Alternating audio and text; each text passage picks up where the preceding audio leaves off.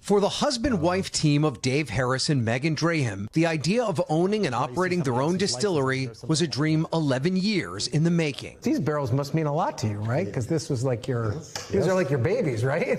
Yes, you say goodnight every night when we turn off the light when we go home and go to bed. As they worked toward that dream, they painstakingly created new spirits, built an entire operation to produce the product all in one place, and made sure they followed every single rule in a heavily regulated industry. The font weight, all these things are very carefully prescribed. Wow. There were setbacks, like the COVID-19 pandemic, but just last month they opened their doors. And as they worked to build a customer base, they were dealt a blow they did not see coming: a federal government shutdown. It's threatening to our business, and it's disappointing to our customers.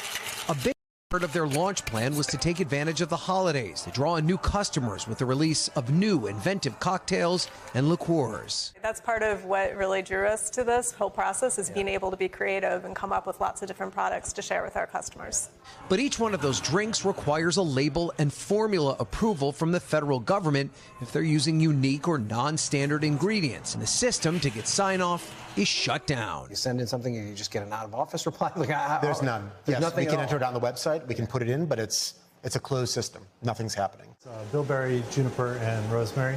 Without approval, any new drink they attempt to develop must stay in their recipe lab. If they try and sell it, they'd be breaking the law. We've really spent so much time thinking about every detail of this project, and it is really frustrating to get here and just have our hands tied.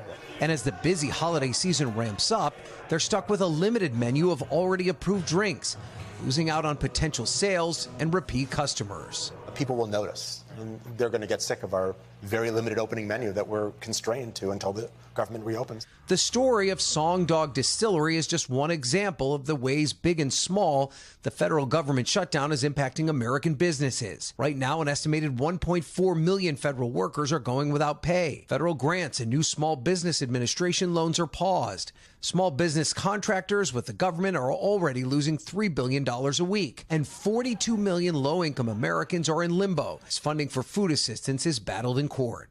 People are really struggling right now.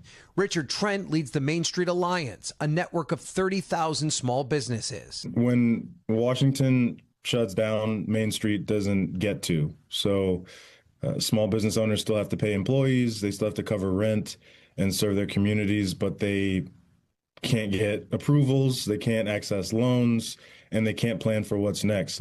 For David and Megan, the uncertainty of when it will end compounds the problem. There doesn't seem to be any resolution that's on the near horizon. Businesses like ours need some type of certainty, some kind of roadmap for what's about to happen. But there's still no end